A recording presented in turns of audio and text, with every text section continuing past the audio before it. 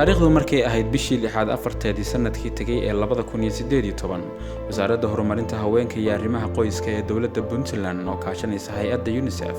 waxa ay magaalada Garowe ka daahfurtay mashruuca carruurta askarta ah ee Kaafag. waa mashruuc ujeedkiisu yahay in lagu badbaadiyo nolosha carruurta ku nool goobaha ay ka jiraan colaaduhu la nool amaba ka tirsan oo ka dhinac dagaalama ciidamada ku sugan deegaanada ay ka jiraan colaaduhu.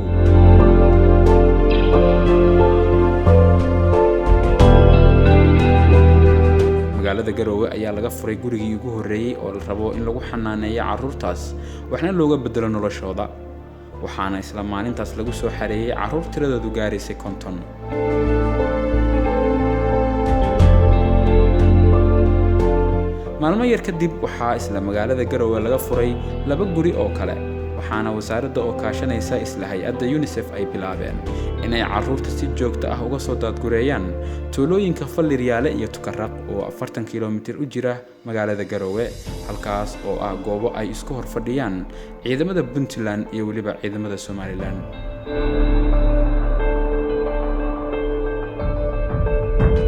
wasaaraddu waxa ay u dirtay deegaanadaas tiimam kuwaas oo ay shaqadoodu tahay in ay soo kala xulaan carruurta ayagoo isla goobtaas ugu sameynaya screening, kadibna intooda loo arko in ay buuxiyeen shuruudihii laga rabay u soo kaxeeyaan dhanka magaalada Garowe si loogu xareeyo guryaha safe houseska ah ee loogu talagalay in wax looga bedelo guud ahaanba nolosha carruurtaas.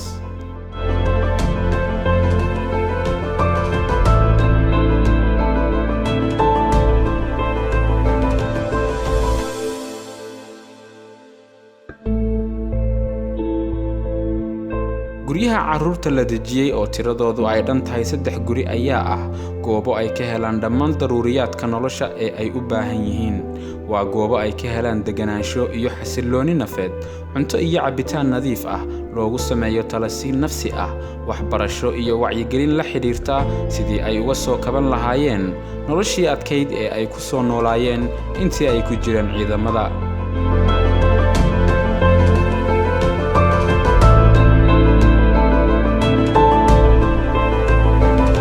waxbarashada carruurtu waxa ay ka bilaabataa isla guryaha safe houseska ah ee ay ku nool yihiin, iyagoo isla goobtaas lagu baro habla dhaqanka wanaagsan ee la rabo inay kula noolaadaan bulshada markii ay dhex tagaan.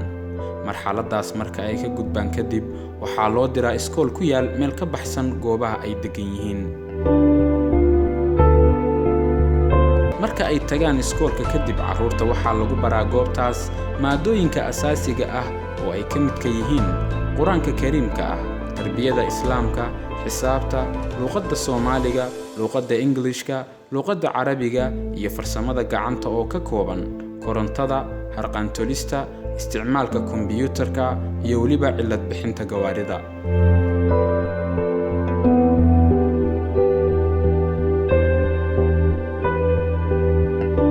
dhammaan carruurtan oo markii laga soo kaxaynayay furimaha dagaalka ee Tukarraq iyo Godqaboobe ahaa kuwa aanan garanayn sida loo qoro amaba loo akhriyo magacyadooda, maskaxdoodana ay ka buuxeen colaad iyo qalalaase badan, ayaa ah waqtigan la joogo kuwa leh xirfado ay ku shaqaysan karayaan, waxna ku tari karaan naftooda iyo waliba bulshadooda.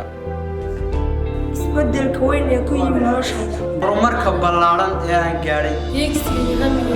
waxaan Ilaahay ka sokow rabaa inaan uga mahadceliyo wasaaradda